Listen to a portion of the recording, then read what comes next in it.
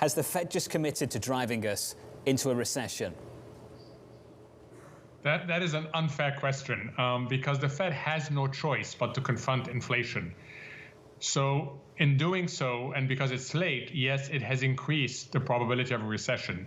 But the original sin, John, was committed last year.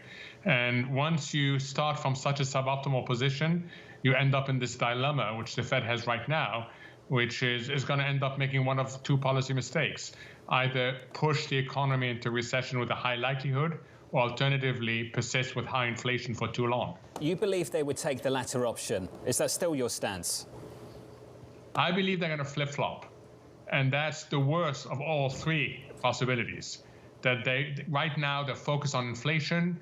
As the growth consequences become clear, that they're going to ease their foot off the brakes and then have to slam on the brakes again. And that is my fear, that they will end up flip-flopping, something that we used to witness in the old days with central banks. And I worry that we may see it again. I hope we don't, but I do worry that we may see it again. Is that weakness clear now? And do you think their dual mandate is in conflict right now already?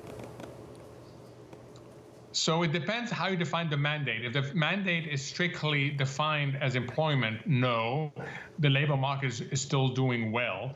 If you take it broader and look at growth, indicators are that growth is slowing down. The Atlanta Fed is at 0 for the second quarter. An average of projections see it coming down below 1%. So growth is slowing down, but the good news is that the labor market is still strong.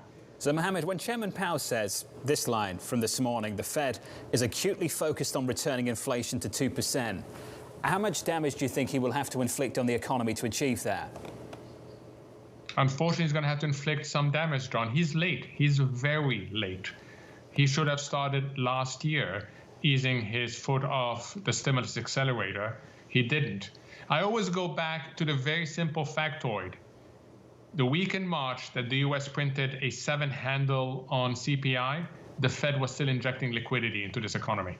Just think about that, John. So he's very late, and therefore the collateral damage is going to be significant.